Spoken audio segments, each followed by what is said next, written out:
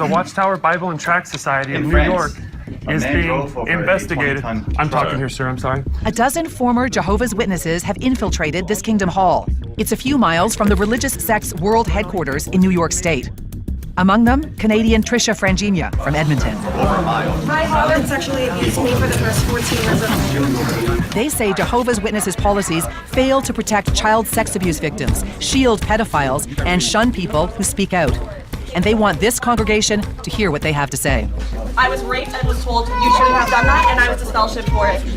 18 years old and not allowed to have my mother talk to me for a year. One after another, the protesters stand up to make disturbing allegations. Allegations that many of these congregants have likely never heard before. My ex-husband is a pedophile. He raped 2 children in the Kingdom Hall. He is still allowed to be talked to by everybody. This is an organization that's supposed to love and protect children.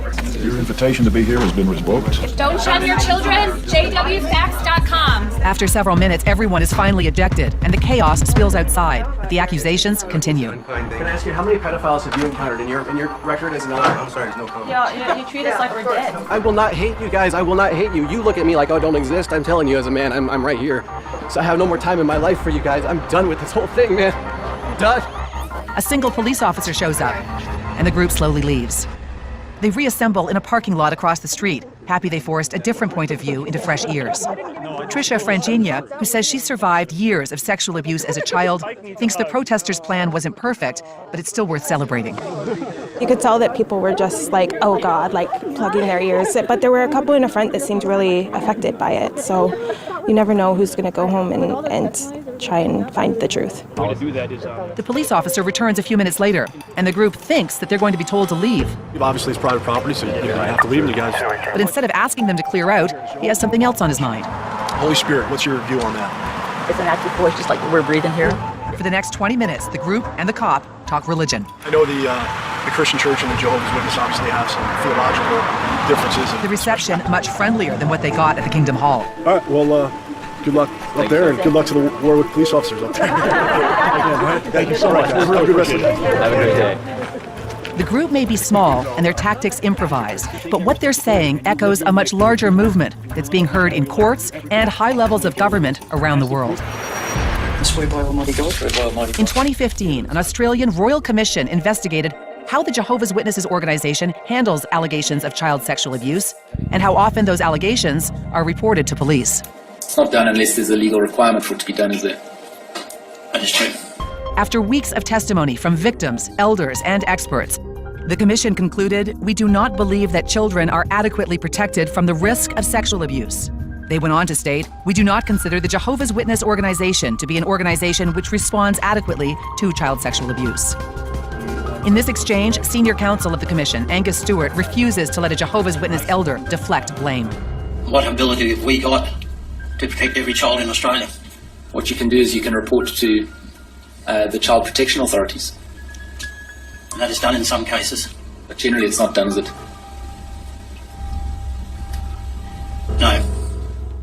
The commission also uncovered what had, up until that moment, been just a rumor, that the Jehovah's Witnesses kept a secret database of every single known and suspected child abuser within their congregations. Not one was reported by the church to secular authorities. Since 1950, JW elders in Australia have documented potential child sexual abuse cases against 1,006 members. Not one of them ever reported to police.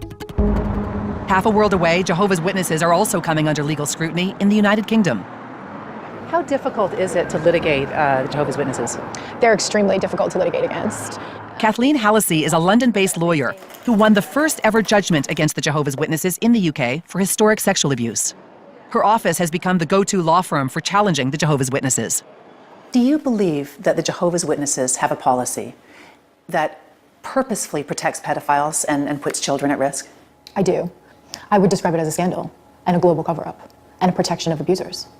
At the risk of children? Absolutely. Hallisey says a British public inquiry is looking into how institutions have failed to protect children from sexual abuse, and there's now public pressure to open a separate investigation that focuses solely on Jehovah's Witnesses. If you have a policy that requires there to be a second witness to child abuse, it means that virtually every allegation of child abuse is going to go no further. And that puts the child at risk, it puts other children at risk, and it protects the person who's the abuser. And now Canada has joined the fray. 2 class action lawsuits have been filed against the Jehovah's Witnesses, officially known as the Watchtower Bible and Tract Society. The courts haven't yet certified either lawsuit, which accused the organization of failing to protect children from sexual abuse. It is a captive organization, so that means you can never leave.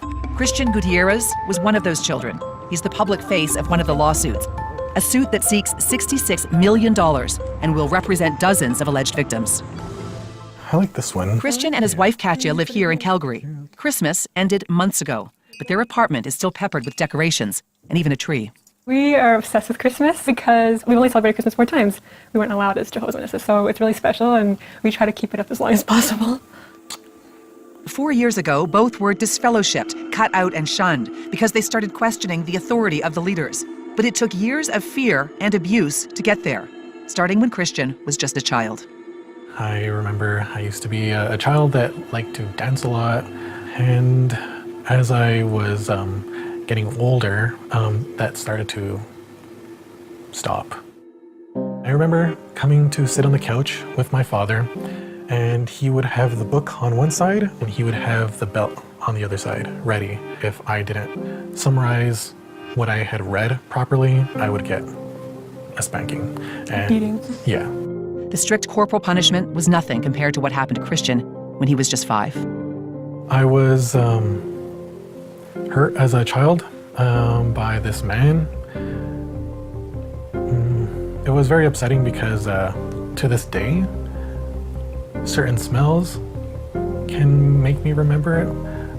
If I hear someone buckling their belt, it brings me back to the memories of it. The past is still too painful to relive in detail, but Christian says he was sexually abused by a man in his congregation. When my father found out, I got in very big trouble. And that is one of the most crushing moments, because what you need is you need help and you need support. And what I got from him was, why did you go to the elders? Does anyone say to you, oh, Christian, we need to go to the police. Who is this? Are you okay? It was never brought up to go to the police, not once. Instead of calling the police, Christian says elders told him he could heal himself by reading. They gave me magazines of their own literature on sexual abuse, and that these magazines were going to help me to get better. They were going to make me feel better from what I went through. Whatever happened to the man who sexually abused you? To my knowledge, nothing has happened. Is he still in the organization? I believe so. Katya knows her husband's pain. She knows what it's like to grow up as a Jehovah's Witness with a dark secret. Parts of your childhood are in here. Is it weird to look through these photographs? It is, because it's my childhood and you want to look at them and be happy, but it just reminds you, it reminds me of all the bad times. Even back then, Katya couldn't hide her misery, not even from the camera. In my eyes, you can just see sadness. It's just sadness. Sunglasses could shield red, puffy eyes, but they couldn't hide the haunted face of a victim.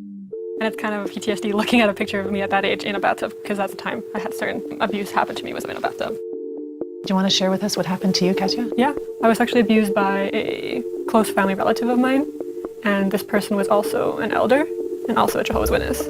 I don't feel like going into exact detail of what took place, but I was, sexually touched. I was just very stressed and scared, and I had a lot of anxiety. So much anxiety that at the age of just 10, Katya took a kitchen knife into her room and held it to her wrist. I feel like I was going through all this and nobody noticed. And I was looking for someone to help me. And I thought maybe in a child's mind, maybe if I tried to take my life, it would get someone to notice that I need help. Before Katya could hurt herself, her mother found her with that knife and rushed her to the hospital. So you get to the hospital, and what did the doctors at the hospital say to you? They did a lot of questioning just on my history, what my family life was like. They asked me, is there anything else that you want to share, anything else that's causing you to feel scared at home or anything, or in your life? And that's when I said, yeah, there's something else that I want to say, and I told them that I was being sexually abused at the same time. You told the doctors? Yeah.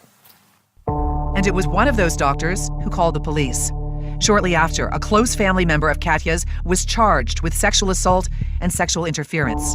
But things did not get easier. After speaking to police, Katya was summoned to talk to the elders, a 10-year-old girl in a room full of men. What did they specifically ask you about the sexual abuse? I remember the elders actually asked me, do you know if there's 2 other witnesses involved to this? And I said no. And they said, well, nothing we can do, leave it in Jehovah's hands. They didn't even say we're sorry to hear what happened to you or anything. Katya says one elder took it even farther.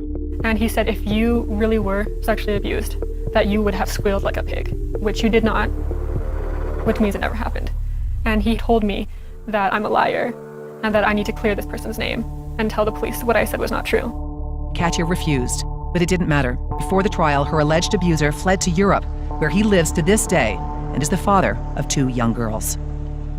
You both feel in your experience that this organization protected the pedophile at the detriment of the child, of you both? Oh yeah, for sure. It really does destroy your soul. It's almost like, in my opinion, it is murder because you kill the person inside.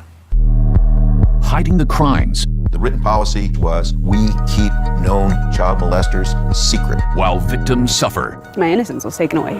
When W5 continues.